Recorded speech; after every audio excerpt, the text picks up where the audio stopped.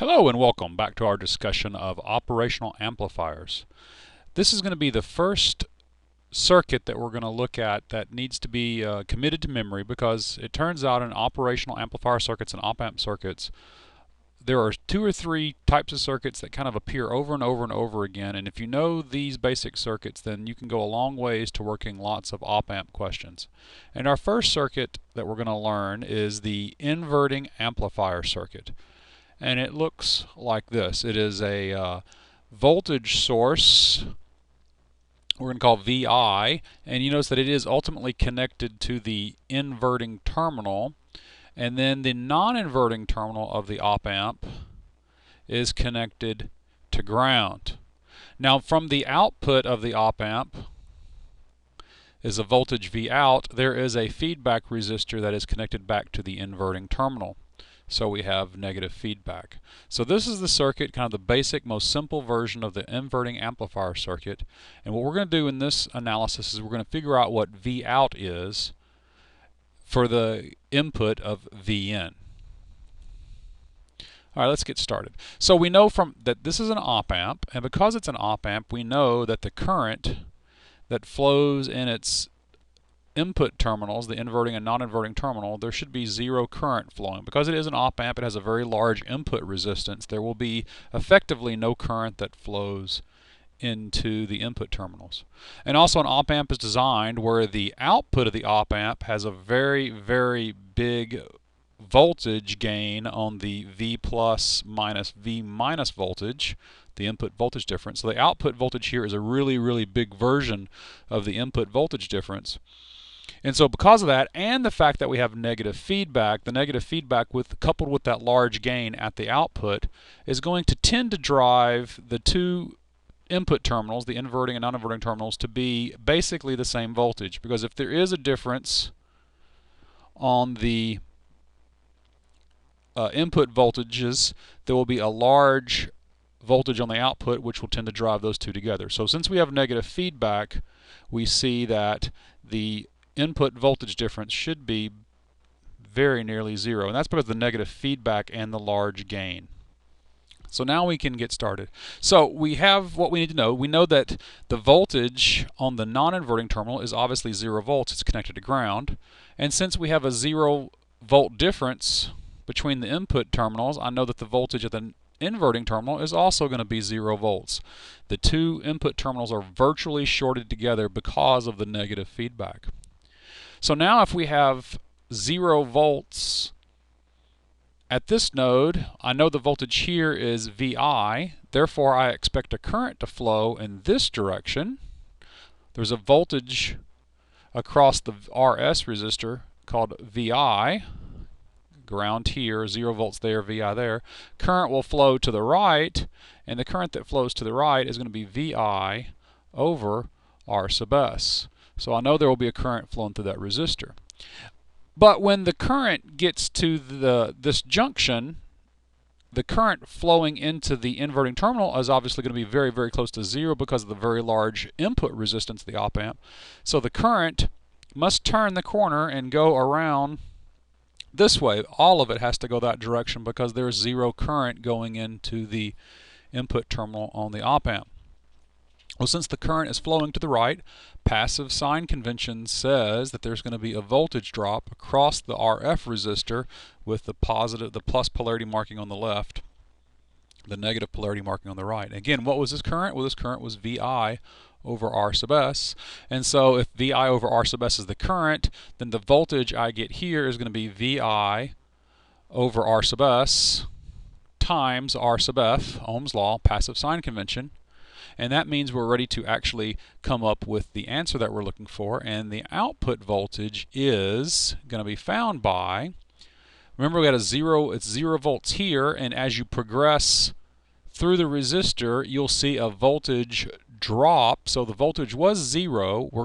The voltage is going to drop, so the output voltage is going to be negative. And how negative is it? Well, it's going to be the voltage drop across the RF resistor. And so the output voltage is going to be VI over RS times R sub f. And then we normally write that in a different way, and how you normally see it written is the output voltage is going to be the input voltage, and it's going to be multiplied times the ratio of RF over R sub s. Now what we have in this case is we see that the output voltage of this circuit is going to be a copy of the input voltage, but that input voltage is going to be modified by a gain. It's actually a negative gain, all right, and the gain is RF over RS. So what we have here is, yes, the op-amp itself generates amplification at its output because of the large open loop gain inside of it, but that's based on the components inside the op-amp. What we have in this circuit is we now get a gain. The output voltage is a magnified version of the input voltage, and the gain itself is now determined by the resistors and not the op-amp. Also notice the fact that RF and RS can be, largely any value you want within reason. I can make RF really, really small and RS really, really big, and therefore I get this ratio RF over RS becomes a very small number, and so my output is an attenuated version of the input. Or I could make RF large and RS small, and I can make the output a very large version, a magnified version of the input. One more thing to note is that the negative sign is here. So the output voltage is always going to be the opposite polarity than the input. If the input voltage is a positive value, then I expect the output to be a negative value, and if the input is a negative number, then I expect the output to be a positive number. So the output's always got is always the negative value and has the opposite sign as the input. And that's where the name comes from. It's the inverting amplifier. It amplifies, it can also attenuate depending on RF and RS, but the output always is got a polarity reversed from the input. So this is the formula we need to understand the inverting amplifier circuit. So we have the circuit we saw, and this is the formula we need. V out is Vn times negative RF over RS. So let's look at the circuit a little bit more detail, because we'll need this for our discussions later on. But let's look quickly at what is the input resistance seen by the VI source. So we have a voltage here. So there's a voltage that's driving this point. And so what's going on in effect is there's a voltage source, if you want, that's got a VI value. That's what this means to be VI volts there. So in effect there's some kind of voltage source that's driving this point, and the question is, what is the resistance that this voltage source sees? Well, to be resistance is simply the ratio of the current voltage to the current. So the input resistance, that is the resistance seen by VI, is going to be the voltage VI divided by whatever current VI sees. So what is the current that flows in this direction? This we'll call this I, VI, because that is the current that flows through this voltage source. Well, we found that actually in the previous case, but we'll just do it one more time very quickly. Remember, this is an op-amp. Input current's basically 0. The output is a very large version of V plus minus V minus, is a large version of the input voltage difference. Because we have negative feedback, then we know that we have effectively 0 volts between the two input terminals because of the large gain of the op-amp and the negative feedback. So we have a ground. This is 0 volts right there because it's grounded. Because of the virtual short, we know this is 0 volts. The voltage at the input terminal is VI, so there is a current that flows this direction. The voltage across RS resistor is VI. Ohm's law tells us that I, VI, is going to be VI over R sub S, which then allows us to compute the value we need. What is the resistance seen by the input voltage? Well, it's a VI voltage. The current is VI over R sub S, and when you solve this, you'll simply see it is R sub S. So the voltage source, whatever is driving the input terminal, electrically sees a resistance which is R sub S. So just keep that in mind. The input resistance of the input voltage of an inverting amplifier is R sub S. And we'll need that for a later discussion. Well, let's look at the inverting amplifier in another special situation, and this is the summing amplifier. So the summing amplifier, and you'll see where the name comes from is when we finish the derivation, but the question is, what is V out? So we know that it's an op amp, so we know there's no current going in the input terminals. We know that the output voltage is a very large version of the input voltage difference on the non-inverting and inverting terminal difference. We have negative feedback, therefore I expect basically a 0 volt difference between the two input terminals. And now we can get started. I know that the non-inverting terminal is 0 volts because it's connected to ground.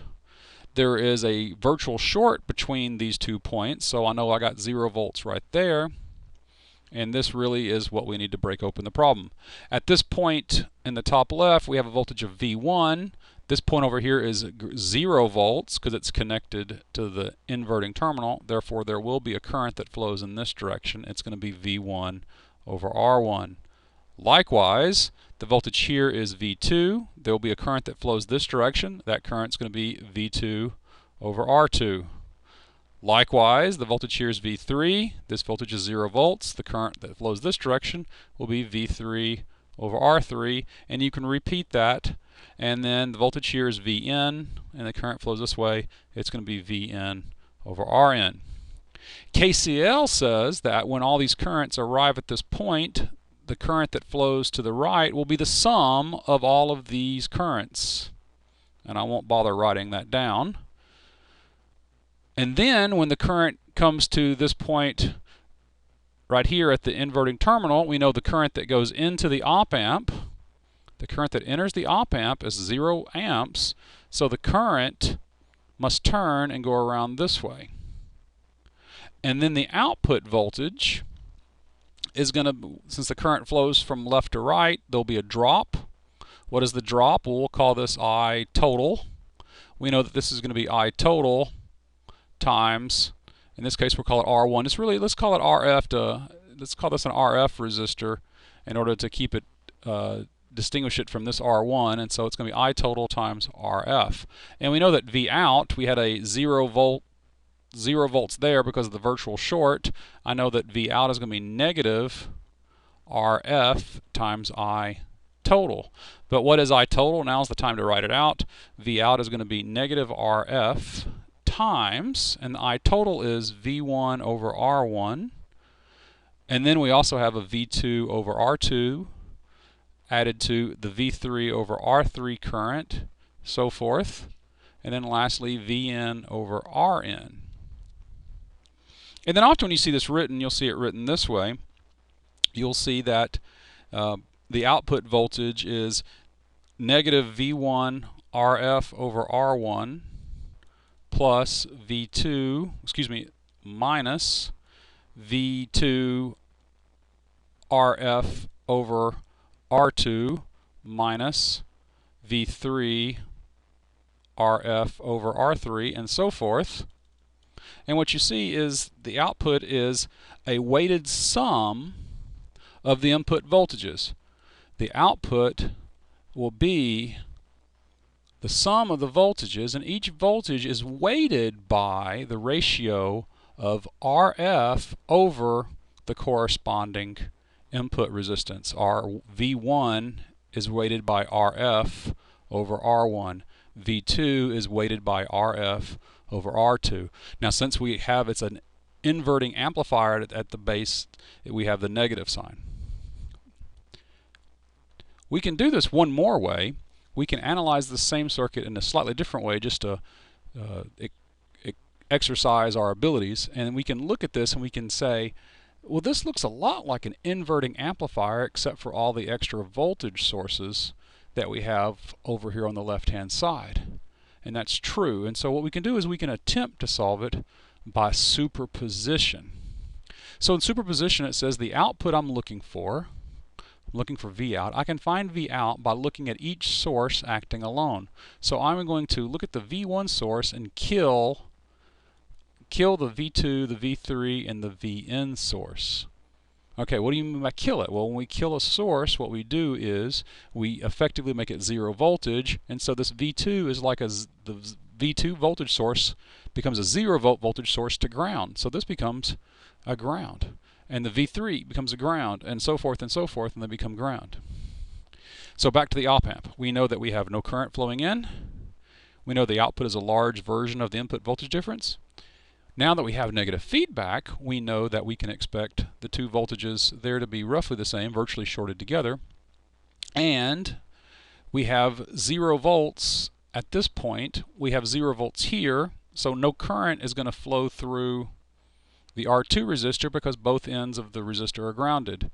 Similarly, this point is 0 volts. It's virtually shorted to ground. This is grounded, so no current is going to flow through R3 because both sides of the resistor are grounded. And that continues over and over and over again. So in this first case, we know that we have a current that flows this direction. This guy's active, and if you ground out all of the V2s, V3s, and VNs, all these resistors really go away because they're connected to ground on both sides, and we see we are simply left with the basic inverting amplifier. So the contribution to the output due to the V1 voltage is going to be negative V1. I'll make this RF again. RF over R1. Well, then we go and we need to kill the V1 source and turn the V2 back on. So killing V1 and turning on V2, we now come up with a similar derivation.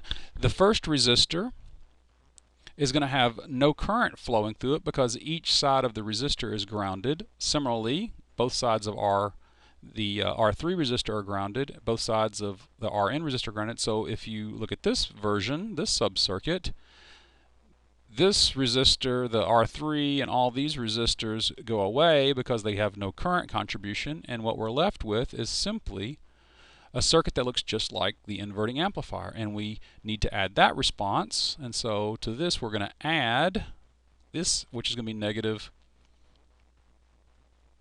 V2 RF over R2. Doing it again, we will kill the voltage V2 again, turn on the V3 voltage, same argument as before. This resistor, and all of these resistors will disappear because they're grounded on both sides. The R3 resistor is still in place, and so we have the textbook inverting amplifier again, and so we need to add its contribution, which is going to be a negative V3 RF over R3. And then we keep doing that in superposition so we can continue that all the way to the end, negative Vn RF over Rn. And we'll find that it's the exact same formula that we had before. It is a sum. You see the summing going on. The summing actually comes from the KCL at this point. And it is a sum of weighted values, V1, V2, V3, all the way to Vn, where the weights are given by the RF resistor over the appropriate input resistor. So that's just a special case of the summing amplifier, and it's analyzed with superposition. So what you need to remember from this discussion is the inverting amplifier circuit. This is the inverting amplifier circuit, and you need to commit to memory the output, which is negative RF over RS times Vn. The input gets magnified by a ratio of resistors, negative RF to RS, and that becomes the output. Since RF and RS can be anything, I can choose my output to be an attenuated version. All right, so if RF over RS has a magnitude which is less than 1, then the output's going to be smaller than the input. If RF over RS has a magnitude greater than 1, it's going to actually magnify the output. But in either case, note that the minus sign right there means that the output voltage is going to have the opposite polarity of the input voltage, the input inverting amplifier circuit. There are so many op-amp amplifier circuits that are really variations of this. This is something you should become very familiar with. All right, thanks a lot, and I'll see you next time when we talk about the non-inverting amplifier circuit.